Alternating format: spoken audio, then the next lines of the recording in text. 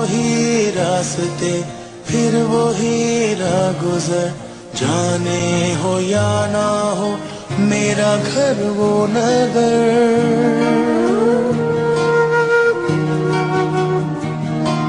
फिर वही रास्ते, फिर वही रागुजर, जाने हो या ना हो मेरा घर वो नगर।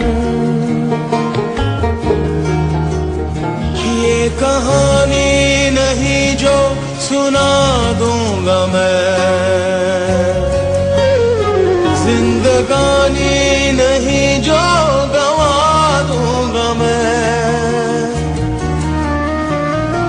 छाँव भी धूप की तरह गुजरी मेरी, अब जो दीवार आए गिरा दूंगा मैं।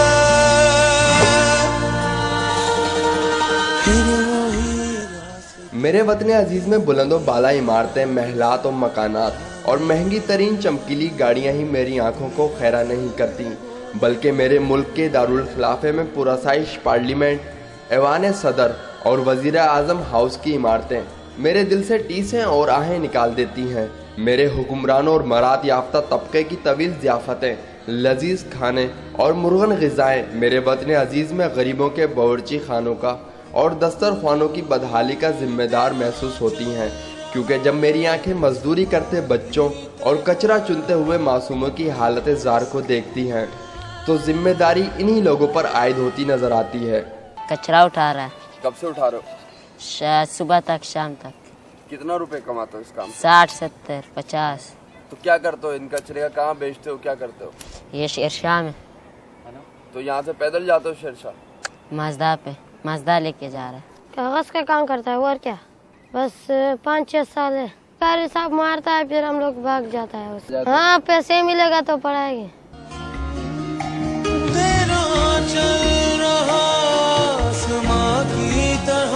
सारे मौसम गए हैं फिजा की तरह। ये तमाम तर सूरत हाल पाकिस्तान के अंदर एक दो कौमी नज़रिए को जन्म देती नजर आती है। ये पाकिस्तान की तबकाती अलहदगी की खुली मिसाल है। पाकिस्तान में मौजूद NGOs जो बच्चों की फलाह व बहबूद के परचम तले गैर मुल्की आकाओं से करोड़ों रुपए का फंड लेती हैं, जो कि सिर्फ इनके दफातर की आराइश और इनकी पुरआसाइश ज़िंदगी पर ही खर्च होता है। और हमारे माशरे का गरीब बच्चा आज भी सुबह घर से निकलकर कहीं भीख मांगता दिखाई देता है, कहीं ईंटें बनाता दिखाई देता है, कहीं कचरा चुनते दिखाई देता है, कहीं लोगों की गालियां सुनते नजर आता है, तो कहीं पेट की आग बुझाने के लिए लोगों का बचा खुचा खाने में मसरूफ हो जाता है। हमारे माशरे में मौजूद ये बच्चे जिनकी उम्रें खेल कूद की होती हैं, मगर गुर्बत, अफलास, भूख, तंगी के हाथों सड़कों का रुख करते हैं और फिर भीख मांगते, मजदूरी करते ये बच्चे कभी जुर्म की दुनिया में आगे निकल जाते हैं तो कभी खुदकुशी करते दिखाई देते हैं। जिनमें खेला था मैं, मेरी गलियां वही, क्या मेरी मुंतजिर है कि आऊं कभी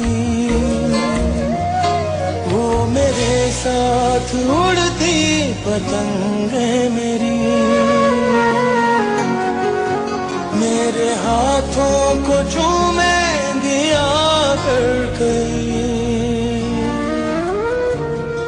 तो दूसरी जानिब कुछ बच्चे सब कुछ होते हुए भी इंसाफ के लिए दरबदर फिरते नजर आते हैं। हमारे अब्बू के ऊपर मेरे दादा के केसेस थे, जिनमें सारे केसेस मेरे अब्बू ने जीत लिया। एक केस में हमारे दादा ने वो केस जीत लिया और हमारे अब्बू पर 1 लाख जुर्माना आया। वो हमें नहीं था, पुलिस तंग कर रही थी, इसलिए हम घर से आए कि हमें इंसाफ मिले। अगर इंसाफ नहीं है तो हमें कोई खरीदे और पैसे दे।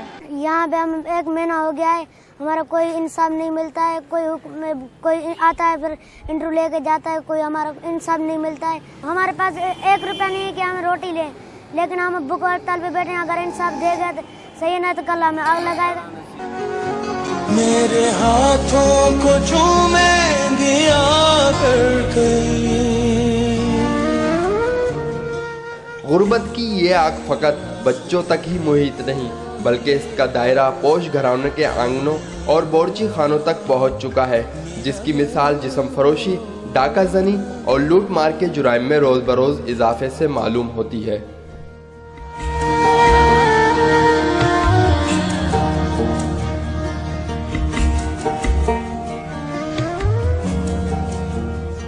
रोशनियों के शहरों में रोशनियों का पस मंजर बड़ा तारीक नजर आता है।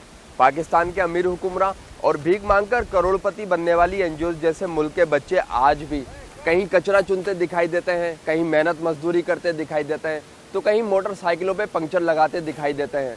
अगर हुकूमत वक्त या मुताल्लिका इदारों ने इन बच्चों के तमाम मसाइल से आंख चुराई तो ये बच्चे भी कचरे की तरह सुलगते रहेंगे और एक दिन ये बच्चे नायक नहीं बल्कि खलनायक का रूप इख्तियार कर जाएंगे।